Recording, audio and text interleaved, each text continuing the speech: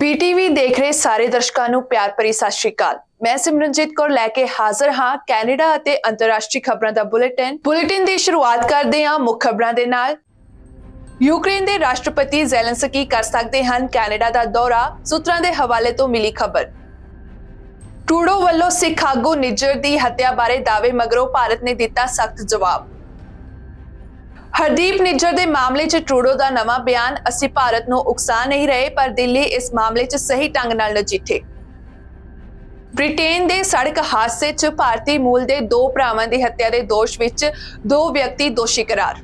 हुण खबरां विस्तार नाल। कैनेडा के कुछ मीडिया सूत्रों ने पता लगाया है कि यूक्रेन के राष्ट्रपति वोलोदिमीर ज़ेलेंस्की इस हफ्ते के अंत विच कैनेडा का दौरा करनगे अते संसद नूं संबोधन करनगे। ज़ेलेंस्की दे वीरवार देर रात पहुंचण दी उम्मीद है। सूत्रों ने कहा कि वह शुक्रवार की सवेर नूं पार्लीमेंट नूं भाषण देणगे। पार्लीमेंट मैंबरां दे पहले हफ्ते की वापसी ते ज़ेलेंस्की गल करनगे, जिस तो बाद ज़ेलेंस्की टोरंटो लई रवाना होवेगा अते उस तो अगले दिन अपने देश लई रवाना होणगे। सूत्रों मुताबक यूक्रेन राष्ट्रपति ज़ेलेंस्की कैनेडा विच लगभग 24 घंटे बिताउणगे। रूसी राष्ट्रपति व्लादिमीर पुतिन दे फरवरी 2022 दे यूक्रेन दे हमले तो बाद यूक्रेन राष्ट्रपति ज़ेलेंस्की दी इस फेरी दा ऑफिशियली कोई ऐलान नहीं किया गया है, पर देश की राजधानी विच पहला ही इस फेरी नूं लैके तैयारियां चल रही हैं। Zelensky Washington DC which white house which अमेरिकी राष्ट्रपति जो बाइडन नाल मुलाकात तो बाद अते अपने बीते दिन के संबोधन तो बाद कैनेडा आ रहे हैं। जिक्रयोग है कि यूक्रेन के राष्ट्रपति ने मार्च 2022 विच कैनेडियन संसद विच एक सीधा अते भावात्मक वर्चुअल संबोधन दिता सी। इस संबोधन विच ज़ेलेंस्की ने हाउस ऑफ कॉमन्स अते सैनेट के मैंबरां दे नाल मौजूद उच्च अधिकारियों अते विशेष मेहमानां नूं होर जरूरी सहायता लई बेनती कीती सी। कैनेडा के प्रधानमंत्री जस्टिन ट्रूडो वालों सिख आगू हरदीप सिंह निज्जर की हत्या पिछे भारतीय एजेंसियां के हथ बारे दावा करन मगरों दुनिया भर विच हलचल मच गई है। उधर भारतीय विदेश मंत्रालय ने कैनेडा नूं इस गल ते सख्त जवाब दिता है। भारतीय विदेश मंत्रालय ने कैनेडा के दोषां नूं बेतुका अते प्रेरित करार दिता। भारत ने कहा है कि अजिहे दोष सिर्फ उन्हां खालिस्तानी अतवादियां अते कट्टरपंथियां तो ध्यान हटाउण लई हन जिन्हां नूं लंबे समय तो कैनेडा विच शरण दित्ती गई है अते जो भारत की खेतरी एकता ते अखंडता लई लगातार खतरा बने हुए हैं। भारतीय विदेश मंत्रालय वालों जारी बयान विच कैनेडा के प्रधानमंत्री जस्टिन ट्रूडो के उस बयान का सीधा खंडन किया गया है जिस विच ट्रूडो ने संसद विच बोलदियां निज्जर के कतल नूं भारत नाल जोड़िया सी। इस तो इलावा विदेश मंत्री मेलानिया जोली के बयान की भी आलोचना की गई है। भारतीय विदेश मंत्रालय ने कहा है कि भारत एक मजबूत लोकतंत्री देश है जिथे कानून के शासन प्रति वचनबद्धता है अते इस विच अगे कहा गया है कि खालिस्तानी अतवादियां अते कट्टरपंथियां दीयां गतिविधियां नाल जुड़े मामलिਆਂ विच कैनेडा सरकार दी कुछ भी करन तो असमर्थता साडे लई लंबे समय तो चिंता दा विषय बनी हुई है। बयान विच कहा गया है कि कैनेडा विच कई सियासी शख्सियतां अजिहे अंसरां प्रति खुलेआम हमदर्दी प्रगटाउंदियां हन जो चिंता दा विषय है।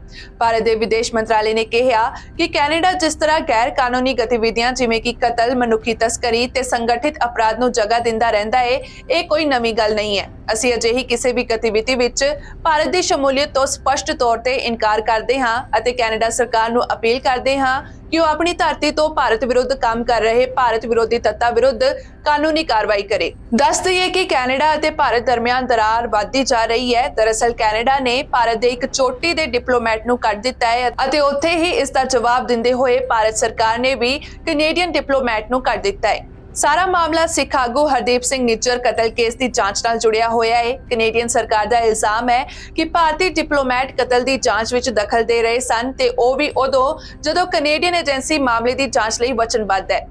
कैनेडा के प्रधानमंत्री जस्टिन ट्रूडो ने दोष लाया है कि निज्जर के कतल पिछे भारत सरकार की कोई साजिश हो सकती है। मीडिया रिपोर्टां मुताबक इस साल जून विच कैनेडा के उगे सिख आगू हरदीप सिंह निज्जर की गोली मार के हत्या कर दी गई सी। कैनेडा के सरी च गुरु नानक सिख गुरुद्वारा नेड़े दो अणपछाते हमलावरां ने निज्जर ते हमला किया सी। हमले च उसकी मौत हो गई सी। उत्थे ही भारतीय एजेंसी NIA ने निज्जर नूं भगौड़ा करार दिता सी। अगली खबर भी कैनेडियन सिटीजन हरदीप सिंह निज्जर के कतल मामले नाल जुड़ी हुई है जिथे भारत अते कैनेडा विचाले वधे तनाव तो बाद भारत ने इसका जवाब दिता। इस विचाले प्रधानमंत्री जस्टिन ट्रूडो का नवा बयान सामने आया है। ਪ੍ਰਧਾਨ ਮੰਤਰੀ ਜਸਟਿਨ ਟਰੂਡੋ ਨੇ ਕਿਹਾ ਕਿ ਅਸੀਂ ਭਾਰਤ ਨੂੰ ਉਕਸਾਉਣ ਦੀ ਕੋਸ਼ਿਸ਼ ਨਹੀਂ ਕਰ ਰਹੇ, ਪਰ ਕੈਨੇਡਾ ਦੀ ਰਾਜਧਾਨੀ ਓਟਵਾ ਚਾਹੁੰਦਾ ਹੈ ਕਿ ਨਵੀਂ ਦਿੱਲੀ ਇਸ ਮੁੱਦੇ ਨੂੰ ਸਹੀ ਢੰਗ ਨਾਲ ਨਜਿੱਠੇ। ਰੂਟਰਸ ਮੁਤਾਬਕ ਟਰੂਡੋ ਨੇ ਕਿਹਾ ਕਿ ਭਾਰਤ ਸਰਕਾਰ ਨੂੰ ਇਸ ਮਾਮਲੇ ਨੂੰ ਬਹੁਤ ਗੰਭੀਰਤਾ ਨਾਲ ਲੈਣ ਦੀ ਲੋੜ ਹੈ। ਅਸੀਂ ਵੀ ਅਜਿਹਾ ਹੀ ਕਰ ਰਹੇ ਹਾਂ। ਅਸੀਂ ਇਸ ਨੂੰ ਉਕਸਾਉਣ ਜਾਂ ਵਧਾਉਣ ਦੀ ਕੋਸ਼ਿਸ਼ ਨਹੀਂ ਕਰ ਰਹੇ ਹਾਂ।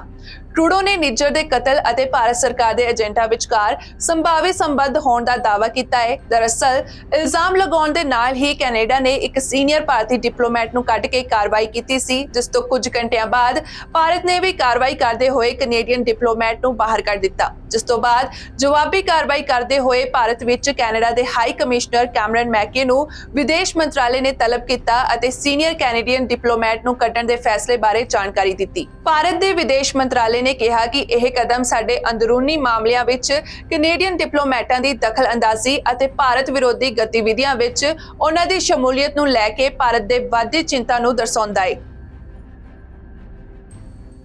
ਅਮਰੀਕਾ 에ਅਰ ਫੋਰਸ ਦਾ F-35 ਲੜਾਕੂ ਜਹਾਜ਼ ਲੰਘੇ ਐਤਵਾਰ ਨੂੰ ਉਡਾਣ ਦੇ ਸਮੇਂ ਗਾਇਬ ਹੋ ਗਿਆ ਸੀ। ਬੀਤੇ ਦਿਨ ਇਸ ਜਹਾਜ਼ ਦਾ ਮਲਬਾ ਸਾਊਥ ਕੈਰੋਲੀਨਾ ਵਿੱਚ ਮਿਲਿਆ ਹੈ। ਅਮਰੀਕਾ ਦੇ ਮਰੀਨ ਕਾਰਪਸ ਨੇ ਇਸ ਦੀ ਜਾਣਕਾਰੀ ਦਿੱਤੀ ਹੈ। ਜਾਣਕਾਰੀ ਮੁਤਾਬਕ F-35 ਫਾਈਟਰ ਜੈਟ ਗਾਇਬ ਹੋਣ ਤੋਂ ਬਾਅਦ ਸਥਾਨਕ ਲੋਕਾਂ ਤੋਂ ਜੈਟ ਦੀ ਭਾਲ ਲਈ ਮਦਦ ਮੰਗੀ ਗਈ ਸੀ। ਅਲ ਜਜ਼ੀਰਾ ਦੇ ਮੁਤਾਬਕ ਲੜਾਕੂ ਜਹਾਜ਼ ਨੂੰ ਸਾਊਥ ਕੈਰੋਲੀਨਾ ਦੇ 2 ਝੀਲਾਂ ਦੇ ਨੇੜੇ ਲੱਭਿਆ ਜਾ ਰਿਹਾ ਸੀ। ਪਲੇਨ ਦਾ ਮਲਬਾ ਜੁਆਇੰਟ ਬੇਸ ਚਾਰਲਸਟਨ ਦੇ ਉੱਤਰ ਦੇ ਪਹਿਲੇ ਭਾਗ ਵਿੱਚ 2 ਘੰਟੇ ਦੀ ਦੂਰੀ ਤੇ ਮਿਲਿਆ। ਲੰਘੇ ਐਤਵਾਰ ਨੂੰ ਉਡਾਨ ਭਰਨ ਵੇਲੇ ਲੜਾਕੂ ਜਹਾਜ਼ ਖਰਾਬ ਹੋ ਗਿਆ ਸੀ, ਜਿਸ ਤੋਂ ਬਾਅਦ ਪਾਇਲਟ ਨੇ ਖੁਦ ਨੂੰ ਪਲੇਨ ਤੋਂ ਇਜੈਕਟ ਕਰ ਲਿਆ ਸੀ। ਫਾਈਟਰ ਜੈਟ ਕਾਫੀ ਦੇਰ ਤੱਕ ਆਟੋ ਮੋਡ ਵਿੱਚ ਰਹਿਣ ਤੋਂ ਬਾਅਦ ਦੁਪਹਿਰ 2 ਵਜੇ ਦੇ ਕਰੀਬ ਗਾਇਬ ਹੋ ਗਿਆ ਸੀ। ਜੁਆਇੰਟ ਬੇਸ ਚਾਰਲਸਟਨ ਦੇ ਮਾਸਟਰ ਸਾਰਜੈਂਟ ਹੀਥ ਸਟੇਟਨ ਦੇ ਮੁਤਾਬਕ ਸਾਊਥ ਕੈਰੋਲੀਨਾ ਦੇ ਖੇਤਰ 'ਚ ਵੱਡੇ ਪੱਧਰ ਤੇ ਪਲੇਨ ਦਾ ਸਰਚ ਆਪਰੇਸ਼ਨ ਚਲਾਇਆ ਗਿਆ ਸੀ। ਮੌਸਮ ਠੀਕ ਹੋਣ ਤੋਂ ਬਾਅਦ ਸਾਊਥ ਕੈਰੋਲੀਨਾ ਦੇ ਕਾਨੂੰਨ ਵਿਭਾਗ ਦਾ ਇੱਕ ਹੈਲੀਕਾਪਟਰ ਵੀ ਇਸ ਖੋਜ ਵਿੱਚ ਸ਼ਾਮਲ ਹੋ ਗਿਆ ਸੀ, ਪਰ ਇਹ ਆਧੁਨਿਕ ਲੜਾਕੂ ਜਹਾਜ਼ ਕਿਵੇਂ ਖਰਾਬ ਹੋਇਆ ਅਤੇ ਕ੍ਰੈਸ਼ ਹੋਇਆ, ਇਸ ਨੂੰ ਲੈ ਕੇ ਅਜੇ ਜਾਂਚ ਕੀਤੀ ਜਾ ਰਹੀ ਹੈ ਅਤੇ ਮਾਮਲੇ 'ਚ ਜਾਂਚ ਕਰ ਰਹੇ ਅਧਿਕਾਰੀਆਂ ਨੇ ਸਥਾਨਕ ਲੋਕਾਂ ਨੂੰ ਘਟਨਾ ਵਾਲੀ ਥਾਂ ਤੋਂ ਫਿਲਹਾਲ ਦੂਰ ਰਹਿਣ ਲਈ ਕਿਹਾ ਹੈ। ਤੁਹਾਨੂੰ ਦੱਸ ਦਈਏ ਕਿ F-35 ਲੜਾਕੂ ਜਹਾਜ਼ ਦਾ ਨਿਰਮਾਣ ਲੋਕਹੀਡ ਮਾਰਟਿਨ ਵੱਲੋਂ ਕੀਤਾ ਗਿਆ ਹੈ। ਇਸ ਜਹਾਜ਼ ਦਾ ਨਿਰਮਾਣ ਸਾਲ 2006 ਵਿੱਚ ਸ਼ੁਰੂ ਹੋਇਆ ਸੀ ਅਤੇ 2015 'ਚ ਇਹ ਅਮਰੀਕਾ ਦੀ 에ਅਰ ਫੋਰਸ ਟੀਮ ਦਾ ਇੱਕ ਅਹਿਮ ਲੜਾਕੂ ਜਹਾਜ਼ ਬਣ ਗਿਆ ਸੀ। 4 ਸਾਲ ਪਹਿਲਾਂ ਬ੍ਰਿਟੇਨ ਦੇ ਵਾਲਵਰਹੈਂਪਟਨ ਵਿੱਚ ਇੱਕ ਭਿਆਨਕ ਸੜਕ ਹਾਦਸੇ ਵਿੱਚ ਭਾਰਤੀ ਮੂਲ ਦੇ 2 ਭਰਾਵਾਂ ਦੀ ਮੌਤ ਹੋ ਗਈ ਸੀ, ਜਿਸ ਵਿੱਚ 10 ਸਾਲ ਦਾ ਸੰਜੇ ਅਤੇ ਕਰੀਬ 2 ਸਾਲ ਦੇ ਬੱਚੇ ਪਵਨਵੀਰ ਸੜਕ ਹਾਦਸੇ 'ਚ ਮਾਰੇ ਗਏ ਸੀ। ਇਸ ਮਾਮਲੇ 'ਚ ਬ੍ਰਿਟੇਨ ਦੀ ਇੱਕ ਅਦਾਲਤ ਨੇ ਕਤਲ ਦੇ ਮਾਮਲੇ ਵਿੱਚ 2 ਦੋਸ਼ੀਆਂ ਨੂੰ ਦੋਸ਼ੀ ਕਰਾਰ ਦਿੱਤਾ ਹੈ। ਦੋਸ਼ੀ ਮੁਹੰਮਦ ਸੁਲੇਮਾਨ ਖਾਨ ਨੇ ਪਿਛਲੇ ਹਫ਼ਤੇ ਵਾਲਵਰਹੈਂਪਟਨ ਕ੍ਰਾਊਨ ਕੋਰਟ ਵਿੱਚ ਸਾਰੇ ਦੋਸ਼ਾਂ ਨੂੰ ਸਵੀਕਾਰ ਕਰ ਲਿਆ। ਦੋਸ਼ ਹੈ ਕਿ ਖਤਰਨਾਕ ਡਰਾਈਵਿੰਗ ਕਰਕੇ ਭਾਰਤੀ ਮੂਲ ਦੇ 2 ਭਰਾਵਾਂ ਸੰਜੇ ਅਤੇ ਪਵਨਵੀਰ ਸਿੰਘ ਦੀ ਮੌਕੇ ਤੇ ਹੀ ਮੌਤ ਹੋ ਗਈ ਸੀ। ਦੱਸ ਦਈਏ ਕਿ ਬਰਮਿੰਗਮ ਦੇ 35 ਸਾਲਾ ਮੁਹੰਮਦ ਆਸਮੀ ਖਾਨ ਨੂੰ ਝੂਠ ਬੋਲ ਕੇ ਨਿਆਂ ਪ੍ਰਕਿਰਿਆ ਨੂੰ ਗੁੰਮਰਾਹ ਕਰਨ ਦਾ ਦੋਸ਼ੀ ਪਾਇਆ ਗਿਆ ਹੈ। ਮਾਮਲੇ ਤੇ ਡਿਟੈਕਟਿਵ ਕਾਂਸਟੇਬਲ ਕਾਰਲ ਡੇਵਿਸ ਨੇ ਕਿਹਾ ਕਿ ਸਾਡੀ ਡਿਊਟੀ ਸੰਜੇ ਅਤੇ ਪਵਨਵੀਰ ਦੇ ਪਰਿਵਾਰ ਪ੍ਰਤੀ ਸੀ। ਭਿਆਨਕ ਟੱਕਰ ਵਿੱਚ 2 ਭਰਾਵਾਂ ਦੀ ਮੌਤ ਨੂੰ ਸ਼ਬਦਾਂ ਵਿੱਚ ਬਿਆਨ ਨਹੀਂ ਕੀਤਾ ਜਾ ਸਕਦਾ। ਇਹ ਹਾਦਸਾ ਮਾਰਚ 2019 ਵਿੱਚ ਵਾਲਵਰਹੈਂਪਟਨ ਵਿੱਚ ਬਰਮਿੰਗਮ ਨਿਊ ਰੋਡ ਤੇ ਵਾਪਰਿਆ ਸੀ। ਉਸ ਸਮੇਂ ਦੋਵੇਂ ਭਰਾ ਆਪਣੀ ਮਾਂ ਨਾਲ ਕਾਰ ਵਿੱਚ ਮੌਜੂਦ ਸਨ। ਮਾਪੇ ਇਸ ਮਾਮਲੇ 'ਚ ਪੁਲਿਸ ਦਾ ਧੰਨਵਾਦ ਕਰਦੇ ਹੋਏ ਭਾਵੁਕ ਵੀ ਹੋਏ। ਰੋਂਦੇ ਹੋਏ ਮਾਪਿਆਂ ਨੇ ਕਿਹਾ ਕਿ ਉਹਨਾਂ ਨੂੰ ਆਪਣੇ ਬੱਚਿਆਂ ਦੀ ਬਹੁਤ ਯਾਦ ਆਉਂਦੀ ਹੈ। ਸਾਡੇ ਬੱਚੇ ਪਲਕ ਝਪਕਦਿਆਂ ਹੀ ਖੋਲੇ ਗਏ। ਜਾਣਕਾਰੀ ਮੁਤਾਬਕ ਜਦੋਂ ਇਹ ਘਟਨਾ ਵਾਪਰੀ ਤਾਂ ਘਟਨਾ ਤੋਂ ਬਾਅਦ ਮੁਲਜ਼ਮ ਸੁਲੇਮਾਨ ਖਾਨ ਮੌਕੇ ਤੋਂ ਫਰਾਰ ਹੋ ਗਿਆ ਸੀ। ਜਾਂਚ ਤੋਂ ਬਾਅਦ ਉਸ ਨੂੰ ਸੀਸੀਟੀਵੀ ਰਾਹੀਂ 버ਗਰ ਦੀ ਦੁਕਾਨ ਵਿੱਚ ਦੇਖਿਆ ਗਿਆ। ਸੀਸੀਟੀਵੀ ਵੀਡੀਓ 'ਚ ਘਟਨਾ ਤੋਂ ਬਾਅਦ ਉਹ ਕਾਫੀ ਬੇਚੈਨ ਨਜ਼ਰ ਆ ਰਿਹਾ ਸੀ। ਘਟਨਾ ਤੋਂ ਬਚਣ ਲਈ ਮੁਲਜ਼ਮਾਂ ਨੇ ਝੂਠ ਦਾ ਸਹਾਰਾ ਲਿਆ। ਝੂਠ ਬੋਲਣ ਕਰਕੇ ਦੋਸ਼ੀ ਨੂੰ ਨਿਆਂ ਪ੍ਰਕਿਰਿਆ ਨੂੰ ਗੁੰਮਰਾਹ ਕਰਨ ਦਾ ਦੋਸ਼ੀ ਪਾਇਆ ਗਿਆ।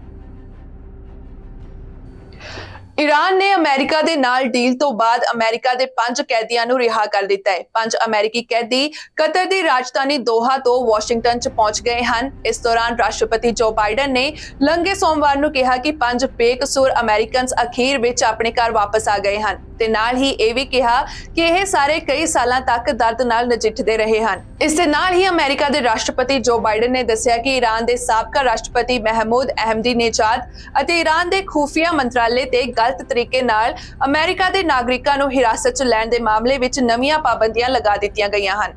ਅਮਰੀਕਾ ਨੇ ਆਪਣੇ ਨਾਗਰਿਕਾਂ ਦੀ ਰਿਹਾਈ ਦੇ ਬਦਲੇ ਸਾਊਥ ਕੋਰੀਆ 'ਚ ਸੀਜ਼ ਕੀਤੇ ਗਏ 6 ਅਰਬ ਡਾਲਰ ਅਨਫਰੀਜ਼ ਕਰਕੇ ਈਰਾਨ ਨੂੰ ਦਿੱਤੇ ਹਨ। BBC ਦੀ ਰਿਪੋਰਟ ਦੇ ਮੁਤਾਬਕ 6 ਅਰਬ ਡਾਲਰ ਸਿੱਧੇ ਈਰਾਨ ਨੂੰ ਨਹੀਂ ਦਿੱਤੇ ਗਏ, ਬਲਕਿ ਇਹ ਰਕਮ ਦੋਹਾ ਦੇ ਸੈਂਟਰਲ ਬੈਂਕ 'ਚ ਟ੍ਰਾਂਸਫਰ ਕੀਤੀ ਗਈ ਹੈ। ਜਾਣਕਾਰੀ ਮੁਤਾਬਕ ਅਮਰੀਕਾ ਨੇ ਜਿਹੜੇ 5 ਨਾਗਰਿਕਾਂ ਨੂੰ ਈਰਾਨ ਤੋਂ ਆਜ਼ਾਦ ਕਰਵਾਇਆ ਹੈ, ਉਹ ਪਿਛਲੇ 5 ਸਾਲਾਂ ਤੋਂ ਵੀ ਵੱਧ ਸਮੇਂ ਤੋਂ ਈਰਾਨ ਦੀ ਐਵਨ ਜੇਲ੍ਹ 'ਚ ਬੰਦ ਸੀ ਅਤੇ ਅਮਰੀਕਾ ਵੱਲੋਂ ਲਗਾਤਾਰ ਇਹਨਾਂ ਦੀ ਗ੍ਰਿਫਤਾਰੀ ਨੂੰ ਬੇਬੁਨਿਆਦ ਦੱਸਿਆ ਜਾ ਰਿਹਾ ਸੀ। ਇਸ ਮਾਮਲੇ 'ਚ ਕਤਰ ਨੇ ਈਰਾਨ ਅਤੇ ਅਮਰੀਕਾ ਵਿਚਾਲੇ ਸਮਝੌਤਾ ਕਰਾਉਣ ਲਈ ਫਰਵਰੀ 'ਚ ਪਹਿਲ ਕੀਤੀ ਸੀ। BBC ਦੇ ਮੁਤਾਬਕ ਡੀਲ ਤੋਂ ਪਹਿਲਾਂ ਦੋਵੇਂ ਦੇਸ਼ਾਂ 'ਚ ਕਰੀਬ 9 ਰਾਉਂਡ ਦੀ ਗੱਲਬਾਤ ਹੋਈ। ਉਸ ਤੋਂ ਕਰੀਬ 1 ਮਹੀਨੇ ਪਹਿਲਾਂ ਇਸ ਡੀਲ ਦਾ ਐਲਾਨ ਕੀਤਾ ਗਿਆ। ਐਲਬਰਟਾ ਅਤੇ ਦ ਪ੍ਰੇਰੀਜ਼ 'ਚ ਆਏ ਸੀਵੀਅਰ ਸਟਾਰਮ ਨਾਲ ਇਸ ਗਰਮੀਆਂ ਦੇ ਸੀਜ਼ਨ ਵਿੱਚ ਕਰੀਬ 300 ਮਿਲੀਅਨ ਡਾਲਰ ਤੋਂ ਵੱਧ ਦਾ ਨੁਕਸਾਨ ਹੋ ਗਿਆ ਹੈ, ਜਿਸ ਦਾ ਅੰਦਾਜ਼ਾ ਇੰਸ਼ੋਰੈਂਸ ਬਿਊਰੋ ਆਫ ਕੈਨੇਡਾ ਵੱਲੋਂ ਲਾਇਆ ਗਿਆ ਹੈ। ਇਹਨਾਂ ਨੁਕਸਾਨਾਂ ਦੇ ਵਿੱਚ ਜੋ ਵਾਈਲਡਫਾਇਰ ਕਰਕੇ ਨੁਕਸਾਨ ਹੋਏ ਹਨ, ਉਹ ਇੰਸ਼ੋਰਡ ਡੈਮੇजेस ਵਿੱਚ ਸ਼ਾਮਿਲ ਨਹੀਂ ਹਨ। ਬਿਊਰੋ ਦਾ ਕਹਿਣਾ ਹੈ ਕਿ ਕਰੀਬ 30% ਇੰਸ਼ੋਰਡ ਲਾਸਸ ਹੋਏ ਹਨ, ਜਾਂ ਕਹਿ ਲਈਏ 90 ਮਿਲੀਅਨ ਤੋਂ ਵੱਧ ਦਾ ਨੁਕਸਾਨ ਹੋਇਆ ਹੈ, ਜਿਸ ਵਿੱਚ ਐਲਬਰਟਾ 'ਚ ਸਟਾਰਮ ਨਾਲ ਹਿੱਟ ਹੋਏ ਵਹੀਕਲਸ ਦੀ ਰਿਪੇਅਰਿੰਗ ਅਤੇ ਰਿਪਲੇਸਿੰਗ ਕਵਰ ਹੈ, ਜਿਸ ਕਰਕੇ ਵਿਸ਼ੇਸ਼ ਤੌਰ ਤੇ ਪ੍ਰੋਵਿੰਸ ਦੀਆਂ ਦਰਾਂ ਤੇ ਵਿਰਾਮ ਵਿਚਕਾਰ ਆਟੋ ਬੀਮਾ ਬਾਜ਼ਾਰ ਤੇ ਦਬਾਅ ਪੈ ਗਿਆ ਹੈ। ਕੈਨੇਡਾ ਦੇ ਬੀਮਾ ਬਿਊਰੋ ਦੇ ਪੈਸੀਫਿਕ ਅਤੇ ਵੈਸਟਰਨ ਦੇ ਉਪ ਪ੍ਰਧਾਨ ਐਰੋਨ ਸਦਰਲੈਂਡ ਦਾ ਕਹਿਣਾ ਹੈ ਕਿ ਇਹ ਲਗਾਤਾਰ ਤੀਜੀ ਗਰਮੀ ਦਾ ਸੀਜ਼ਨ ਸੀ, ਜਿਸ ਵਿੱਚ ਐਲਬਰਟਾ 'ਚ ਗੜੇ, ਹਨੇਰੀ ਅਤੇ ਮੀਂਹ ਨਾਲ ਬਹੁਤ ਜ਼ਿਆਦਾ ਬੀਮਾ ਨੁਕਸਾਨ ਹੋਇਆ ਹੈ। ਐਰੋਨ ਸਦਰਲੈਂਡ ਦਾ ਕਹਿਣਾ ਹੈ ਕਿ ਇਹ ਜ਼ਰੂਰੀ ਹੈ ਕਿ ਖਪਤਕਾਰ ਆਪਣੇ ਬੀਮਾ ਬ੍ਰੋਕਰਸ ਨਾਲ ਕੰਮ ਕਰਨ ਤਾਂ ਜੋ ਇਹ ਯਕੀਨੀ ਬਣਾਇਆ ਜਾ ਸਕੇ ਕਿ ਉਹਨਾਂ ਕੋਲ ਆਪਣੀ ਜਾਇਦਾਦ ਜਾਂ ਕਾਰੋਬਾਰਾਂ ਨੂੰ ਅਜਿਹੇ ਤੂਫਾਨਾਂ ਦੇ ਪ੍ਰਭਾਵਾਂ ਤੋਂ ਬਚਾਉਣ ਲਈ ਸਹੀ ਕਵਰੇਜ ਹੈ। ਰਿਪੋਰਟ ਇਹ ਵੀ ਦਿਖਾਉਂਦੀ ਹੈ ਕਿ ਪ੍ਰੇਰੀਜ਼ ਨੇ ਇਸ ਗਰਮੀ ਵਿੱਚ ਘੱਟੋ-ਘੱਟ 4 ਵੱਡੇ ਤੂਫਾਨਾਂ ਦਾ ਸਾਹਮਣਾ ਕੀਤਾ ਹੈ, ਜਿਸ ਵਿੱਚ ਕੇਂਦਰੀ ਐਲਬਰਟਾ ਹੜ੍ਹ, ਕੈਲਗਰੀ ਵਿੱਚ ਗੜੇਮਾਰੀ ਅਤੇ ਕੈਨੇਡਾ ਡੇ ਸਟਾਰਮਸ ਸ਼ਾਮਲ ਹਨ। ਸਿਵਲ ਲਿਬਰਟੀਜ਼ ਅਤੇ ਜਸਟਿਸ ਰਿਫਾਰਮ ਗਰੁੱਪ ਤੇ ਕੈਨੇਡਾ ਦੇ 2 ਪ੍ਰਮੁੱਖ ਵਕਾਲਤ ਸਮੂਹਾਂ ਦਾ ਕਹਿਣਾ ਹੈ ਕਿ ਇਹ ਪਰੇਸ਼ਾਨ ਕਰਨ ਵਾਲੀ ਗੱਲ ਹੈ ਕਿ ਹਾਊਸ ਆਫ ਕਾਮਨਸ ਨੇ ਇੱਕ ਸ਼ਾਟ ਵਿੱਚ ਲਿਬਰਲ ਬਿੱਲ ਸੁਧਾਰ ਬਿੱਲ ਨੂੰ ਪਾਸ ਕਰਨ ਦੀ ਚੋਣ ਕੀਤੀ, ਜਦਕਿ ਕਮੇਟੀ ਦੇ ਕਾਨੂੰਨ ਦੇ ਅਧਿਐਨ ਨੂੰ ਛੱਡ ਦਿੱਤਾ ਗਿਆ ਅਤੇ ਇਸ ਨੂੰ ਸਿੱਧੇ ਤੌਰ ਤੇ ਸੈਨੇਟ ਨੂੰ ਭੇਜ ਦਿੱਤਾ ਗਿਆ। The Canadian Civil Liberties Association and John Howard Society of Canada ਦੋਵਾਂ ਦਾ ਕਹਿਣਾ ਹੈ ਕਿ ਉਹਨਾਂ ਨੇ ਪਿਛਲੇ ਸ਼ੁੱਕਰਵਾਰ ਨੂੰ ਨਿਆਂ ਮੰਤਰੀ ਆਰਿਫ ਵਿਰਾਨੀ ਨਾਲ ਮੁਲਾਕਾਤ ਕੀਤੀ ਅਤੇ ਬਿੱਲ C48 ਦੁਆਰਾ ਪ੍ਰਸਤਾਵਿਤ ਉਪਾਵਾਂ ਤੇ ਚਿੰਤਾ ਪ੍ਰਗਟਾਈ। ਉਹਨਾਂ ਨੇ ਕਿਹਾ ਕਿ ਇਹ ਸਿਵਲ ਸੁਸਾਇਟੀ ਸੰਗਠਨਾਂ ਦੇ ਗੱਠਜੋੜ ਦਾ ਹਿੱਸਾ ਹਨ, ਜਿਸ ਵਿੱਚ ਇਹ ਦਲੀਲ ਦਿੱਤੀ ਗਈ ਕਿ ਬਿੱਲ ਰਿਵਰਸ ਓਨਸ ਪ੍ਰੋਵੀਜ਼ਨਸ ਦਾ ਵਿਸਥਾਰ ਕਰਨ ਦੇ ਪ੍ਰਸਤਾਵ ਨਾਲ ਜ਼ਿਆਦਾ ਬਲੈਕ ਅਤੇ ਇੰਡੀਜੀਨੀਅਸ ਲੋਕਾਂ ਨੂੰ ਪ੍ਰੀ ਟ੍ਰਾਇਲ ਹਿਰਾਸਤ ਵਿੱਚ ਰੱਖਿਆ ਜਾ ਸਕਦਾ ਹੈ। ਉਹਨਾਂ ਨੇ ਕਿਹਾ ਕਿ ਕੈਨੇਡਾ ਦੀ ਨਿਆਂ ਪ੍ਰਣਾਲੀ ਨੂੰ ਇਹ ਸਾਬਤ ਕਰਨ ਲਈ ਸਰਕਾਰੀ ਵਕੀਲਾਂ ਦੀ ਲੋੜ ਹੁੰਦੀ ਹੈ ਕਿ ਕਿਸੇ ਨੂੰ ਸਲਾਖਾਂ ਪਿੱਛੇ ਕਿਉਂ ਰਹਿਣਾ ਚਾਹੀਦਾ ਹੈ, ਪਰ ਕਾਨੂੰਨ ਇਸ ਦੀ ਬਜਾਏ ਕੁਝ ਅਪਰਾਧੀਆਂ ਤੇ ਇਹ ਸਾਬਤ ਕਰਨ ਦੀ ਜ਼ਿੰਮੇਵਾਰੀ ਪਾਵੇਗਾ ਕਿ ਉਹਨਾਂ ਲਈ ਜੇਲ੍ਹ ਤੋਂ ਬਾਹਰ ਆਉਣਾ ਸੁਰੱਖਿਅਤ ਕਿਉਂ ਹੈ। ਪੁਲਿਸ ਪੀੜਤਾਂ ਦੇ ਅਧਿਕਾਰ ਸਮੂਹਾਂ ਅਤੇ ਕੈਨੇਡਾ ਦੇ ਸਾਰੇ ਪ੍ਰੀਮੀਅਰਾਂ ਵੱਲੋਂ ਹਿੰਸਕ ਅਪਰਾਧਾਂ ਨਾਲ ਨਜਿੱਠਣ ਅਤੇ ਕਈ ਹਾਈ ਪ੍ਰੋਫਾਈਲ ਘਟਨਾਵਾਂ ਦੇ ਜਵਾਬ ਵਜੋਂ ਜ਼ਮਾਨਤ ਦੇ ਸਖਤ ਉਪਾਅ ਪੇਸ਼ ਕਰਨ ਦੇ ਦਬਾਅ ਤੋਂ ਬਾਅਦ ਲਿਬਰਲਸ ਨੇ ਇਹ ਬਿੱਲ ਪੇਸ਼ ਕੀਤਾ। ਇਸ ਦੌਰਾਨ ਵਿਰਾਨੀ ਨੇ ਕਿਹਾ ਕਿ ਉਹ ਇਹਨਾਂ ਸਾਰੇ ਸੁਝਾਵਾਂ ਨੂੰ ਰੱਦ ਕਰਦਾ ਹੈ ਕਿ ਸਰਕਾਰ ਰਾਜਨੀਤਿਕ ਕਾਰਨਾਂ ਕਰਕੇ ਕਾਨੂੰਨ ਨੂੰ ਤੇਜ਼ੀ ਨਾਲ ਟਰੈਕ ਕਰਨ ਲਈ ਸਹਿਮਤ ਹੋਈ ਹੈ ਅਤੇ ਬਿੱਲ ਨੂੰ ਸਾਰੇ ਪ੍ਰੋਵਿੰਸਸ ਅਤੇ ਟੈਰੀਟਰੀਜ਼ ਤੋਂ ਸਪੋਰਟ ਮਿਲਣ ਕਰਕੇ ਡਿਫੈਂਡ ਕੀਤਾ ਗਿਆ ਹੈ। ਯੂਰਪ ਕੰਟੀਨੈਂਟ 'ਚ ਆਉਣ ਵਾਲੇ ਅਜ਼ਰਬਾਈਜਾਨ ਨੇ ਨਗੋਰਨੋ ਕਰਾਬੈਖ ਵਿੱਚ ਅੱਤਵਾਦ ਵਿਰੋਧੀ ਮੁਹਿੰਮ ਸ਼ੁਰੂ ਕੀਤੀ ਹੈ ਅਤੇ ਕਿਹਾ ਹੈ ਕਿ ਇਹ ਉਦੋਂ ਤੱਕ ਨਹੀਂ ਰੁਕੇਗੀ ਜਦੋਂ ਤੱਕ ਨਸਲੀ ਆਰਮੀਨੀਆਈ ਵੱਖਵਾਦੀ ਆਤਮ ਸਮਰਪਣ ਨਹੀਂ ਕਰਦੇ। ਅਜ਼ਰਬਾਈਜਾਨ ਦੇ ਹਿੱਸੇ ਵਜੋਂ ਅੰਤਰਰਾਸ਼ਟਰੀ ਤੌਰ ਤੇ ਮਾਨਤਾ ਪ੍ਰਾਪਤ ਬ੍ਰੇਕਵੇ ਐਨਕਲੇਵ ਦੇ ਦੁਆਲੇ ਕਈ ਮਹੀਨਿਆਂ ਤੋਂ ਦੱਖਣੀ ਕਾਕੇਸ਼ਸ ਵਿੱਚ ਤਣਾਅ ਵਧਿਆ ਹੋਇਆ ਹੈ। ਮੀਡੀਆ ਰਿਪੋਰਟਸ ਮੁਤਾਬਕ ਅਜ਼ਰਬਾਈਜਾਨ ਅਤੇ ਆਰਮੇਨੀਆ ਆਖਰੀ ਵਾਰ 3 ਸਾਲ ਪਹਿਲਾਂ ਜੰਗ ਵਿੱਚ ਗਏ ਸਨ। ਬਾਕੂ ਨੇ ਗੈਰ ਕਾਨੂੰਨੀ ਆਰਮੀਨੀਆਈ ਫੌਜੀ ਗਠਨ ਨੂੰ ਹਥਿਆਰ ਸੌਂਪਣ ਅਤੇ ਉਹਨਾਂ ਦੇ ਗੈਰ ਕਾਨੂੰਨੀ ਸ਼ਾਸਨ ਨੂੰ ਭੰਗ ਕਰਨ ਦਾ ਹੁਕਮ ਦਿੱਤਾ।